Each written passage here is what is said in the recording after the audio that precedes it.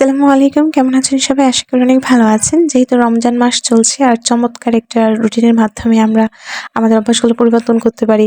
যেমন অনেকে ভোরে উঠতে পারেন না। ভোরে এই অভ্যাসটা পরিবর্তন করে ভোরে ওঠার যে অভ্যাস, এখন হচ্ছে অলমোস্ট ৫টা ৪৫ বাজে আর আমি টেবিলে বসে গেছি। আর আজকে আমি যা পড়বো তা আমি সিলেক্ট করে রেখেছি। যেহেতু আমার টার্গেট ৩০ দিনের মধ্যে আমি সিলেবাসটা একবার কমপ্লিট করবো ইনশাআল্লাহ।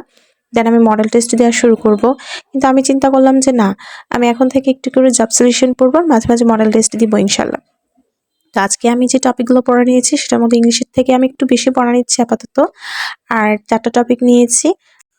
অল্প, অল্প করে শেষ করার। কারণ যেহেতু মাস্টার বইটা আসলে অনেক বেশি এক্সাম্পল, তাই অল্প, অল্প করে পড়লে সবগুলো থেকে অল্প, অল্প করে প্র্যাকটিস করলে ২-৩ দিন সালে শেষ হয়ে যাবে। সাহিত্য আপাতত আমি ডাইজেস্ট থেকে পড়বো আর ব্যাকরণ বানান আর পড়বো হচ্ছে পদ। কারণ ২ টা থেকেই হচ্ছে প্রিলিমিনারিতে কোয়েশ্চেন থাকে। সেই সাথে আমি পড়বো বিপরীত শব্দ। বিপরীত শব্দ সব পড়বো না, হয়তো ১০০ পর্যন্ত পড়বো। প্রিভিয়াস কোয়েশ্চেনগুলো আর কিছুটা রিভিশন করব।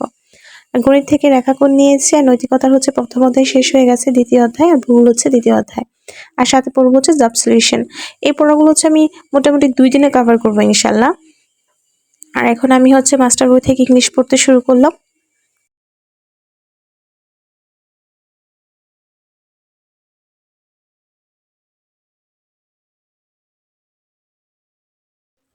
এখন আমি পড়া থেকে উঠে যাব। মোটামুটি ২টা পর্যন্ত আলহামদুলিল্লাহ ভালো পড়া হলো। এখন কাজের ফাঁকে, ফাঁকে যতটুকু পারি পড়বো।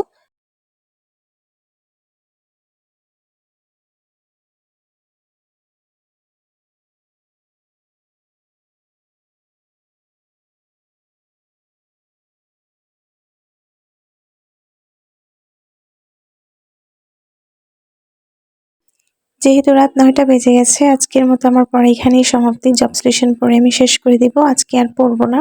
আবার আগামীকাল দেখবো যে আমার কি ৩০ দিনের মধ্যে ইনশাআল্লাহ শেষ করতেই হবে। সবার জন্য শুভকামনা।